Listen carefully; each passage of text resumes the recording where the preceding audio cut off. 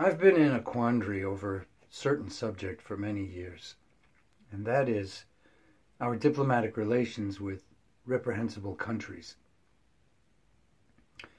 From a conciliatory perspective, from a logical one, a psychological one, from a Zenist perspective, we know it's far better to be speaking or on speaking terms with personalities, entities, nations with whom we have disagreements. Or at least that must be the reasoning. Or that's what we think. I'm not going to say we know that, because I don't think that's true. The reasoning is that it's better to be talking to your enemies or your rivals than it is to be incommunicado. And the foundation for that is so that you can resolve issues. But in the real world, it's more about doing business, isn't it? So what you have is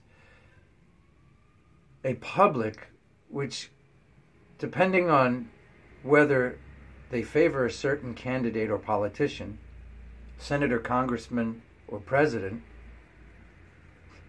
criticizing a leader for his or her friendship or apparent friendship and approval. Really, it's just appeasement of a foreign dictator or autocratic leader. If they don't like that situation, that is, if they don't like the politician, they criticize him or her. If they like the politician, they acquiesce and they support the politician and his friendship or approval or acquiescence, appeasement of dictators and autocratic leaders. I would much prefer that we cut off all ties with nations which exhibit reprehensible behavior toward their people and other people. Now, a detractor right now could say to me, well, Carl, the United States, if it's not waging some sort of justified war, killing tens or hundreds or thousands or tens of thousands of people, directly or indirectly, is killing them with drones.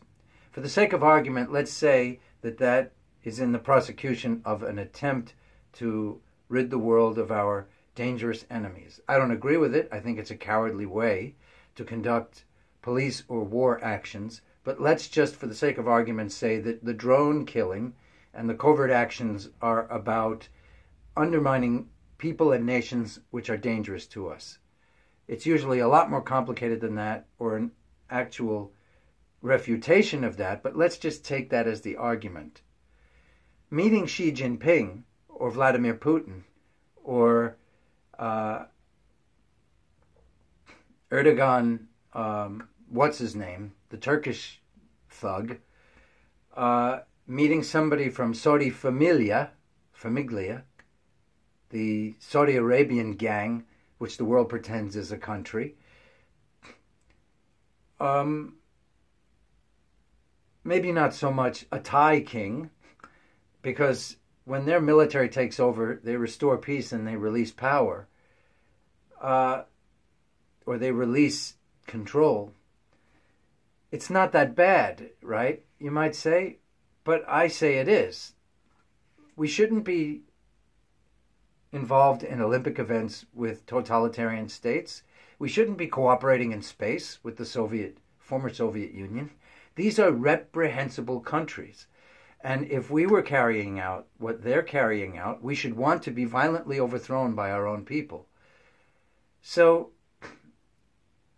it doesn't make sense for you, citizen, to be saying, gee, why is Trump speaking non-disparagingly or even approvingly of Kim Jong-un? Why is he speaking approvingly of Putin? I agree, but you can't expect them not to do that if we're going to be friends. Because what's the alternative? You go and you meet and greet and shake hands and you act diplomatically, and then you return to your country and talk behind their backs, or you speak to the world in a disparaging way about them. That's completely childish and two-faced and counterproductive. It also would cause a souring of relations if you're going to have relations. So I think we should be behaving like adults instead of the obsequious, sycophantish, and two-faced liars that we're behaving as by having diplomatic relations with reprehensible states and then expecting that we should speak disparagingly about them. Either you do or you don't. As the proverbial statement goes, you shit or get off the pot.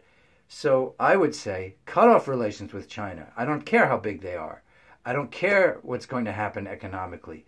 You prepare for it and you deal with it, or you don't be friends with them. Cut off relations with Turkey. Cut off relations with even Israel for what they're doing to the Palestinians. No matter what the Palestinians have done to them. You either do or you don't. As you think, as you feel, as you do.